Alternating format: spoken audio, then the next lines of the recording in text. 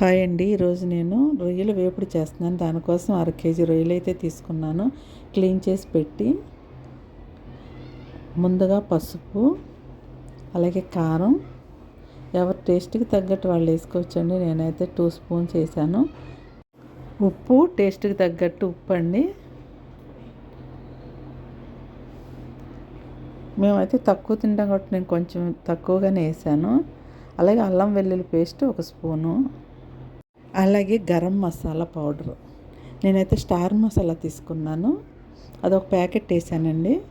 ఈ స్టార్ మసాలా కూడా మంచి టేస్ట్ వస్తుంది ఫ్రైస్కి కానీ కొన్ని కర్రీస్కి కానీ. మీరు తెలియని వాళ్ళు ఒకసారి ట్రై చేసి చూడండి, చాలా బాగుంటుంది.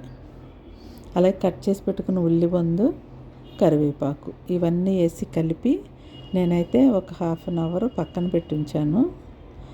మీరు టైం లేదనుకున్న వాళ్ళు వెంటనే అయినా చేసేసుకోవచ్చు.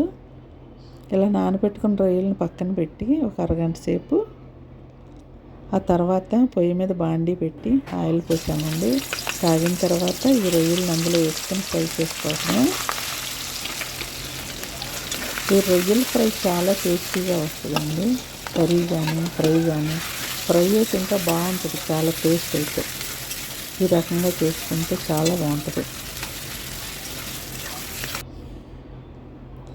ఇలా ఫ్రై చేసుకుంటూ ఉన్నప్పుడు దానిలో ఉన్న వాటర్ అంతా పైకి వచ్చేస్తుందండి. ఆ వాటర్ అంతా పోయి మనకు డ్రై అయినట్టుగా మనం రొయ్యలను ఫ్రై చేసుకోవాలి. నేను అన్నీ ముందుగానే వేసి కలిపి పెట్టాను కాబట్టి ఇప్పుడు మరలా మనం ఏమి వేసుకోవాల్సిన పని లేదండి. ఈ రొయ్యల్లో వచ్చిన వాటర్ అంతా ఎగిరిపోయే వరకు మనం ఫ్రై చేసుకుని కొంచెం దగ్గరగానే ఫ్రై చేసుకోవాలి. మరీ గట్టిగా కాకుండా మరీ వేగనట్టు కాకుండా చక్కగా ఎర్రగా వచ్చేటట్టు వేపుకుంటేనండి రొయ్యల ఫ్రై చాలా బాగుంటుంది.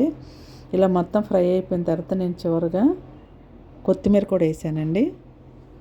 ఈ కొత్తిమీర వేసుకుని ఇంకా కొంచెంసేపు ఫ్రై చేశాను.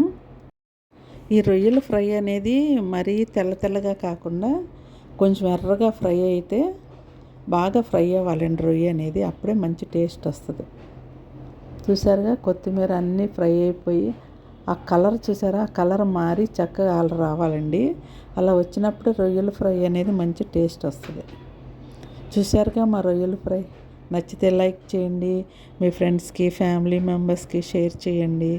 మా ఛానల్ని సబ్స్క్రైబ్ చేసుకోండి. మా వీడియోస్ ఎలా ఉంటున్నాయో కామెంట్స్ కూడా చేయండి.